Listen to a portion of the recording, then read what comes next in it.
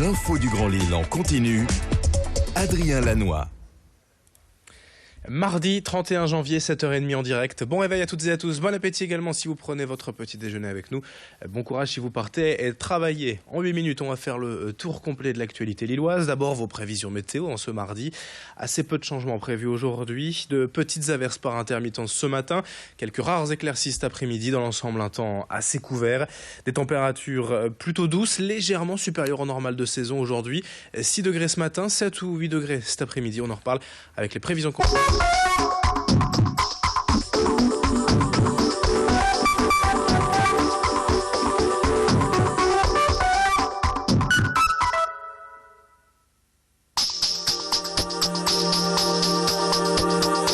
Et ce journal. À la une de cette édition, tout d'abord, on revient sur l'élection de la nordiste Iris Mittenard au titre de Miss Univers hier aux Philippines. La jeune femme de 24 ans, née à Lille, originaire de Steinvorde, est donc la première française élue depuis 1953. Et forcément, c'est une première aussi pour la région. Un véritable conte de fées, une vraie fierté pour le comité Miss Nord-Pas-de-Calais, représenté par Dominique Villain-Allard ici sur ces images.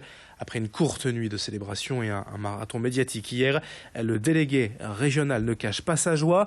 Hier, il a pu échanger quelques contacts avec l'entourage d'Iris, la nouvelle Miss Univers étant évidemment très occupée.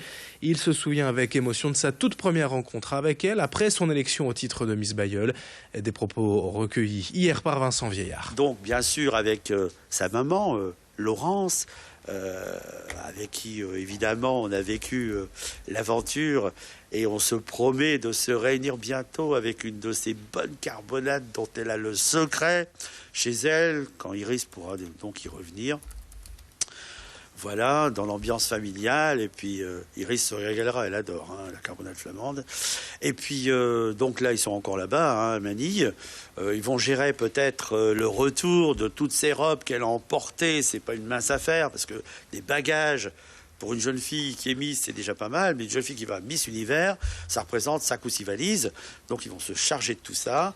Et puis, ils vont peut-être profiter d'un petit espace-temps qu'on va leur laisser y consacrer à une entrevue certainement aujourd'hui, avant de revenir. Et puis elle partira pour s'installer à New York pour un an. L'actualité sociale également ce matin avec la colère des dentistes depuis le mois de septembre. Des négociations sont en cours avec l'assurance maladie concernant le prix des soins et surtout celui des prothèses jugées trop chères.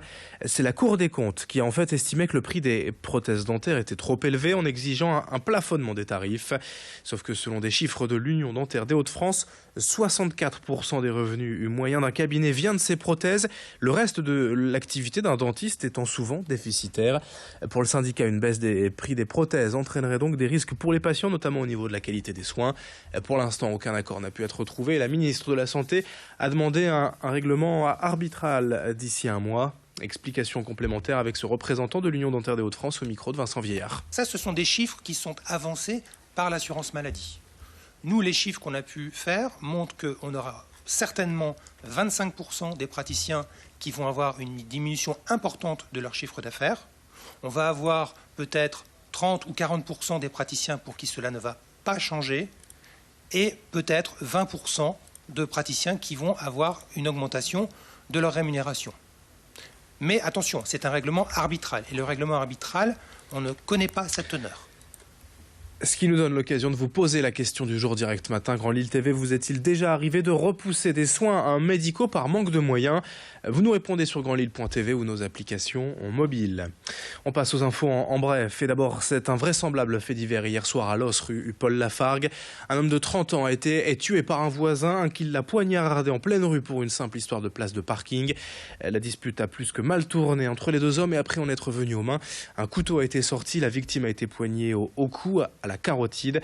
Un autre voisin a bien tenté de porter les premiers secours, mais l'homme est décédé rapidement en pleine rue et devant ses enfants. L'agresseur sans passé judiciaire a été interpellé et placé en garde à vue. Mais les riverains de la rue Paul Lafargue étaient tous évidemment sous le choc hier soir. À Lille, 12 kilos de cannabis saisis la semaine dernière à Fives, boulevard de l'Usine. C'est une large enquête de la sûreté urbaine qui a permis cette importante perquisition. L'occupant des lieux propriétaire de la drogue a été interpellé et placé en garde à vue. 7h34 en direct ce matin, la politique encore avec la victoire de Benoît Hamon à la primaire de gauche dimanche. Martine Aubry s'est félicitée hier dans un communiqué, je cite, d'un souffle nouveau pour la gauche. Benoît Hamon a su, selon elle, réveiller l'enthousiasme à gauche et ranimer l'espoir d'un avenir meilleur pour tous. La maire de Lille a également souligné le très bon score du vainqueur dans sa ville, avec plus de 75% des voix. Les électeurs de gauche lillois ont envoyé un message clair, celui de leur fidélité aux valeurs que nous défendons ici même, a déclaré Martine Aubry. Hier, le responsable de la campagne de Benoît Hamon dans la région, Alexis Debuisson, est venu parler du projet de ce candidat, évoquer ce nouveau souffle et le rassemblement nécessaire à gauche. Je vous propose de l'écouter. Un ancrage à gauche, un programme de gauche, un programme qui parle aux gens, un programme d'avenir. Je pense qu'on a oublié de parler d'avenir aux gens, un peu les faire rêver, on nous l'a reproché, mais Mitterrand faisait rêver les gens. On a eu Pierre Mauroy faisait rêver également dans ses programmes sur l'île.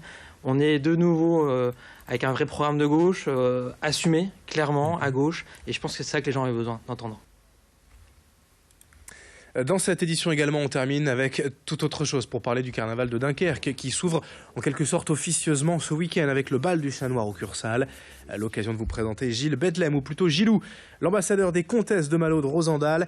À 50 ans, originaire de Malo-les-Bains, il ne loupe jamais une édition. Émerveillé depuis l'enfance par les défilés, la musique et les déguisements, le carnaval fait aujourd'hui une partie totale de sa vie. Il est présent à chaque bande ou presque, à tous les bals. Le carnaval pour lui, c'est la joie de vivre ensemble, mais aussi une tradition, la mémoire des pêcheurs dunkerquois disparus en mer et surtout les dons aux bonnes œuvres humanitaires, ça c'est essentiel. Selon Gilou, qu'Alison Pelotti a rencontré chez lui à Dunkerque. C'était le plus important pour moi du carnaval, c'est-à-dire les dons à des œuvres humanitaires. Et chaque année, chaque association fait ses dons. Ça tient à cœur parce que, par exemple, il y a aussi beaucoup de maladies orphelines qui ont besoin pour la recherche, quand on voit, vous savez, moi j'ai été faire un tour, je fais souvent des tours dans les hôpitaux pour voir les enfants malades. Et croyez-moi, ça fout les boules. Donc il faut les aider, il faut être solidaires tous ensemble. On part toujours de Dunkerque côté festif, mais il y a aussi le côté le don de soi, de sa personne pour les autres. Et puis un peu de sport pour terminer avec la Coupe de France et les 16e de finale. C'est en football, bien sûr, le LOSC accueille Nantes ce soir à 18h au stade Pierre-Mauroy. Dans le même temps, le RC Lens se déplace à Bergerac, une équipe amateur. 7h37 en direct dans un instant. La suite, c'est la météo et l'infotrafic. Merci de votre fidélité. Très belle journée à toutes et à tous.